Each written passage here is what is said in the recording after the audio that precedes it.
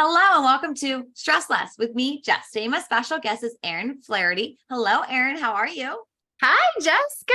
How are you? I'm good. I'm so excited for you to be on here. We met, I feel like I say this about a lot of us, but we met forever ago. We finally got you on here because so many good changes have been happening in your life. So let me tell everybody why you are so amazing. Erin is an entrepreneur for 16 years and has an array of success and failures, which have led her to where she is now.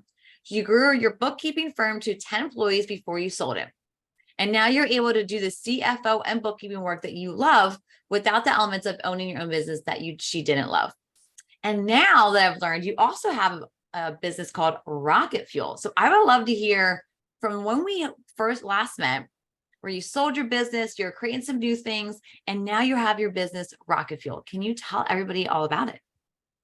Yes, thank you. So what I realized from the time that I met you is that I realized that what really gets me out of bed and what just gives me that drive feeling is making things simple and more efficient. Like just in a nutshell, if someone tells me, "Oh, I do this and then that," and it's like drives me crazy. I'm like, "Wait. Why are you doing all these steps? Actually, we can accomplish the same goal with as much excellence, but in fewer steps." And I feel like that's really maybe why I'm on this planet.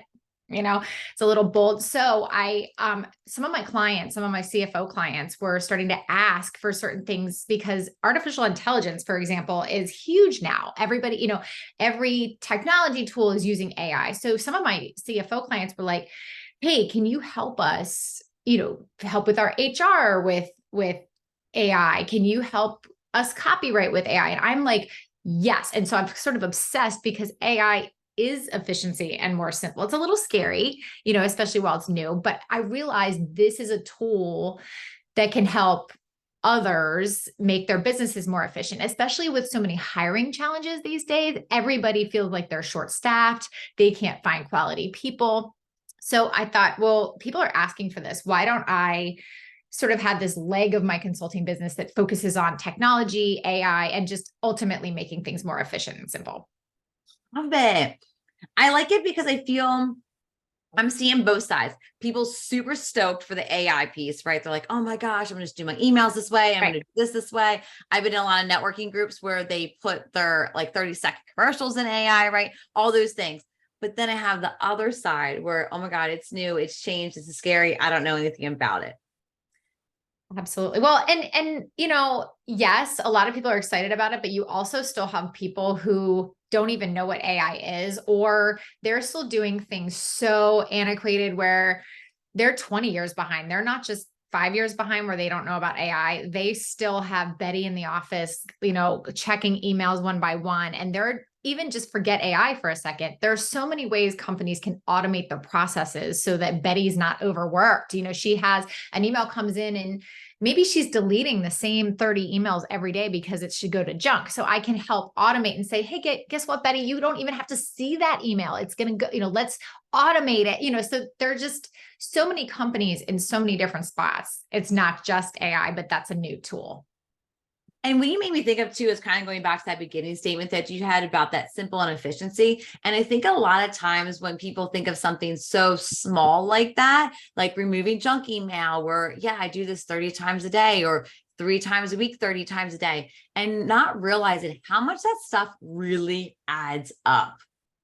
And just clouds your screen. I mean, how much is just seeing that? It's not even the time. It's like just seeing that and feeling like you have 50 emails and maybe you only have 20. And how many of us, and I feel like all of us, would just went, "Oh, I just cleared out all my emails." And that's exactly what it is. And that's what it is half the time. Like before I even sign on, I'll skim through and go, "Okay, that's junk, that's junk, that's junk." And I've also done the unsubscribe, unsubscribe, unsubscribe. So I'm going, do I need you in my inbox on a daily, weekly basis?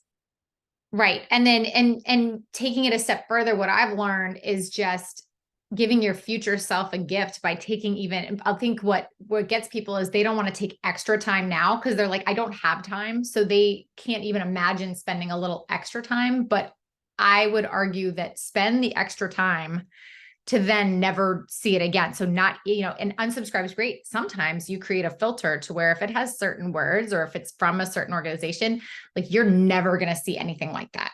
You know what I mean? Yeah.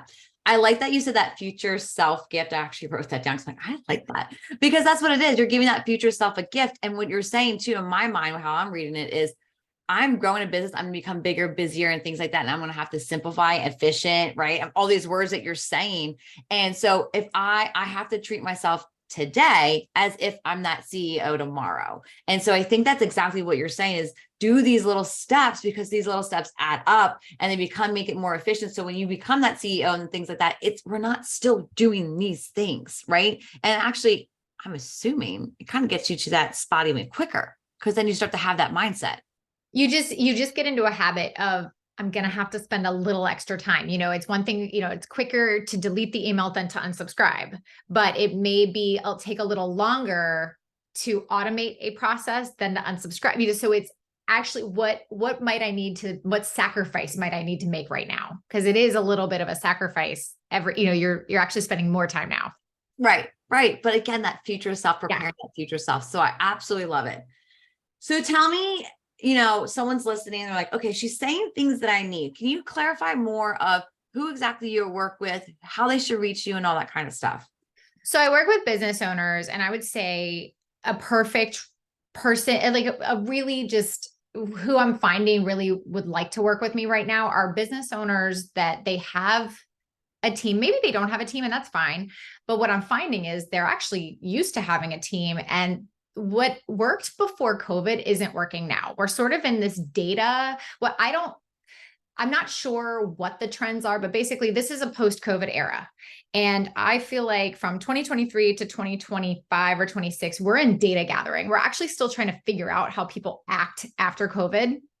And we can't say it yet. We can't say, oh, this is how people act and this is how people act. We're all just being right now. And then in 2026, we'll have hindsight. So people are finding that what worked for them before the pandemic and during is not working. People's work habits have changed. Their standards have changed, how they want to work. So they're stuck because they feel like they still have the same demand as far as work that needs to be done. Maybe they have sales issues that need to be, I actually can consult with sales. I'm a lifetime sales professional. And so I can help with that. Or I can help them sort of recreate their staffing structure, if you will, using some of these tools, using the staff that they already have. Sometimes people say, well, does this mean I have to get rid of my staff? Absolutely not. But you should be expecting more from them with these tools that they can use. You know what I mean? You're not chopping jobs, necessarily, but you're making everybody more efficient. I like that you brought that up because I think a lot of times when someone brings in that executive coach or consultant and things like that, that's the first thing that a lot of people I think hear is that people are going to get chopped. And I Right. think what you're saying is provide them with the tools that they need, but also meet them where they're at so your business can grow. And just like you said, people are trying to figure out this whole post-COVID thing, right? Especially when it comes to jobs. And I think that's what a lot of people are realizing, that who they were pre-COVID is not who they are now, and not in a bad way, but maybe it's like, oh, this stuff is scary. This is how I'm going to act. I'm going to be a follower instead of before I was a leader, or I need these kind of resources. So it's taken that time to learn what everybody needs, including yourself, and where that next step for your business is, and kind of using to the best capacity. But I think it's really scary. And I think you mentioned it earlier in your bio, and you also mentioned it in your speech too. It's that failure piece, it's that change piece. And both those words are very scary. Yes, it's not comfortable. It's not fun, but we're all kind of doing it a little bit because we're navigating this new, we have to fail to figure out how we all act now. Yeah. Everybody's acting in this world. Yeah. You made me think of the next question. But before we get to that, 'cause it's going to kind of go into our stress piece of the segment, is so business owners writing down notes, saying everything you're saying, Erin, they're like, oh my God, I need her in my life. What is the best way for them to contact you? Email's great. And it's simply erinflahertyconsulting@gmail.com. And I'm sure we'll link or something if okay. Yeah. So email's great. We'll chat. First chat's completely free to assess what's going on. And then we come up with the best solution for them, whether it's, couple hours of consulting or whether it's a project, to where this is the goal and we're going to get your email inbox automated. I'm very flexible as far as what we're going to do, but we'll figure out what they'd like to accomplish and how we can do that. Love it. Perfect. So I wanted to get to the next piece. Usually what I ask a lot when it comes to my stress piece in my podcast is very much, what would your relaxed self tell your stressed out self, and et cetera. But what I would like to ask you is, what would your over the hump change, made it to the finish line, checked it off the box, success person stage of your life, tell that failure at the low, oh my God, I can't get over this part of my life. Oh, that's interesting. So another thing that changed from pre-pandemic to post-pandemic is I actually became really grounded in my faith. And so I had zero faith before the pandemic, and I was like, I don't believe anything. And I've become really grounded in my faith. And it's funny because I'm a Christian and I'm an intellectual Christian. A lot of people are just like, just believe. But I'm like, no. The reason I say that is I'm very grounded in my Bible, but it also makes sense. So it's one of those things where a lot of people say to you, well, what if none of it's real? Guess what? A lot of it still makes sense. And from a stress point, there are certain verses, the Lord will fight for you. You need only to be still. You don't always need to be doing to make things happen. If you're not a Christian, maybe you've heard of the rainmaker, where the rainmaker simply just sat and waited for rain. We don't need to hurry ourselves into what is ultimately going to happen for you.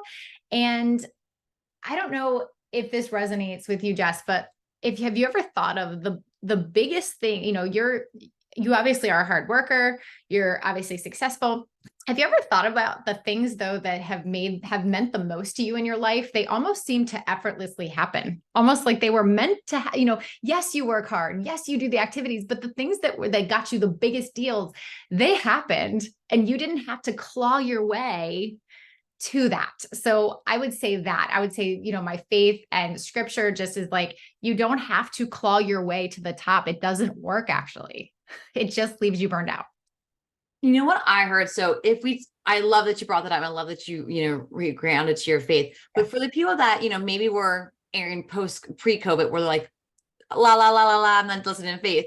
Right. I think, which is fine, whoever, Yeah. it's perfectly fine. But I think also what I'm hearing too, is that it's that hustle. It's that 24/7 work. It's that, let me keep working and grinding and overworking my gears and working on a low battery, working on, no energy, and that keep moving. What I'm hearing is things are going to happen. Keep working. Yes. Keep doing your things. It's obviously not going to just sit there and you do absolutely nothing. No. At the same time, it's not just the hustle. It's the run and breathe, the run and relax. It's the run and relax. And when I mean run, it's not like, it's let me do my thing. Let me step back, process everything, take that time for me. And also to your point, you made me think, it's so funny. Obviously, as business owners, we network a lot. That's how you and I met. And, my biggest deals, they're technically through networking, but they're relationships, and the relationships that happen over time. It wasn't because I made the 600 phone calls. It was because I was like, oh, Erin, you want to grab a cup of coffee? Oh, Erin, you know this person, right? Yeah. It was just, yeah. So I think I hear both. And a lot of these, and again, like I read the Judeo-Christian Bible, but a lot of these are in scripture. A lot of these, like the Sabbath, for take example, is like, you should rest one day. What a novel idea. and don't be a sloth. Like those are actually, and they're across actually many faith traditions. So it's amazing how getting grounded in something that isn't work actually can, whether it's meditation, you know what I mean? Like there are components that make it bigger than yourself and bigger than the email that you're trying to tackle right that second. And I like that, because again, there's so many things to pull out of it, whether religious, not religious, you have a different religion, whatever the case may be. There's just so many things that you're saying that I think resonates with so many people. Again, not hustling, giving yourself that break, not begging, all these things, that letting life happen and embracing it, because life's going to happen, right? Pandemic's going to happen, recession's going to happen, pain's going to happen. So it's, what are you doing in the in-between? I think that's what we talk about a lot, is like when you're talking about business and when I'm talking about self-care, is that life's going to happen. So what is your reaction going to be? Because that's on you. It's interesting. So self-care and self-care is fantastic. We all need, and when we say self-care, we need that day off. We need, that long shower. We need exercise. And it's interesting that another thing that I've noticed is self-care can quickly become self-obsession. And it's one of those things where, the more we're really, there's no wonder why when we're feeling bad about ourselves, it actually sometimes is really therapeutic to pour out. And so that's another thing that, yes, self-care, but then also let's get off of ourselves too. You know what I mean? And Yes. make it about, let me pour out a little bit, because that's also going to be, because if everything is if this whole universe centers around me, that's a lot of pressure. And you know what I mean? It's a lot of pressure if everything is up to me. Well, I like that you brought that up because I think it's one of those things that self-care gets a bad rap, but where it's like being selfish and you only focus on yourself. And that's not what it is. And what you're saying too is super, whether it's, you can read any Yeah. psychology book or any Yeah. research book or any Bible. It's a lot about community. There's been so many researches and studies done. And like I said, in the Bible, not in the Bible, wherever, whatever book you're picking up, they're in both saying when you give to others, you are receiving. Right. And, about back to self-care, you have to have a sufficiently full cup to pour out. Yes. You carry your own backpack, you carry your own load. Yes. So it's just like that full circle. Erin, this is so fun. Okay. Before we get into the lightning round, what is the one thing you want the listeners to take away from today? That's a good question. You know what? This isn't even just all encompassing what we've talked about, but it's sort of a tie into what we just talked about. And it's actually, there's a book called Boundaries, because I think, that I really love. It's by Dr. Cloud and, Dr. Henry Cloud. And so it sort of just ties it all up nice in a bow because I also think people take on too much of other people's stuff sometimes. And so I really just want to hit home what we just said is just carry your own load and make sure you're not, when we help other people, make sure we're helping other people in a season where they really need our help, but don't carry their everyday backpack for them. Because if you start carrying other people's backpacks that they're supposed to be carrying every day, that's where, you take on way more, and that stress is just going to be too heavy. Oof. All right. I got to hit home what you just said. The one piece that you said that I think is so powerful is I'm going to butcher it now because I'm now overthinking it.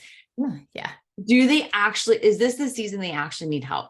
And I think a lot of times as caregivers, as women, as people that just want to support other people, someone's sad in our life, someone's upset in our life, someone's frustrated in our life, and we stop everything going, oh, let me take that on, when they might not need it or want it.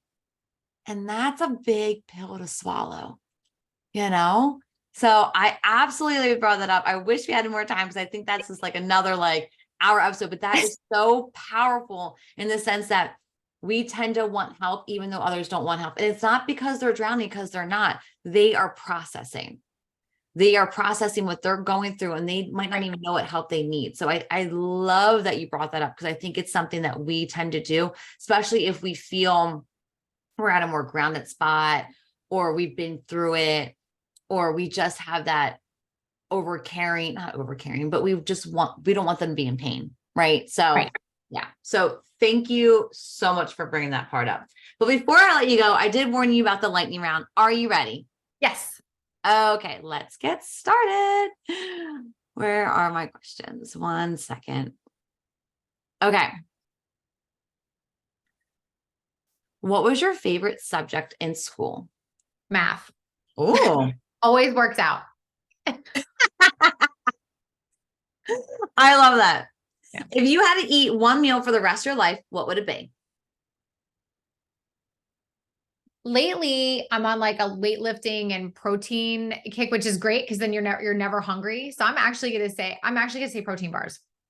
You know what? I found some protein bars that I actually really like, and I suggest them too. Yeah, it's good. What's your favorite? I know the questions normally come this way, but I want to know your favorite. There's this one that Trader Joe's sells, and it's to me, it's filling enough for a snack. I wouldn't say it's a meal replacement protein Yeah. bar, but for me, because I drive a lot, it's a good quick snack. So there's one that Trader Joe's sells that I really like. So yeah. Um, what was your least favorite job? Oh gosh. That's a really good question. I actually didn't like a lot of jobs. I would say waiting tables, probably. Really? Oh, so Yeah. funny. Yeah. Love it. I was a bartender for 15 years, so we'll have to swap stories one day. Um, what do you wish you learned sooner?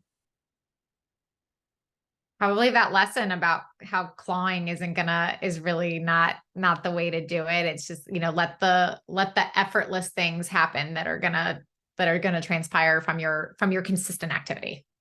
Love it. What's the best compliment you've ever gotten?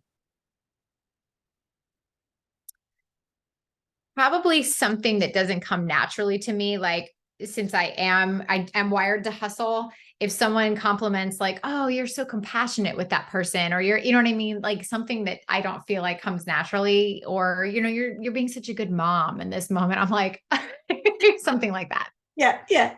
No, I love that. Erin, I'm super grateful you made time out today. Thank you so much for being on my podcast. Thank you for having me, Jess.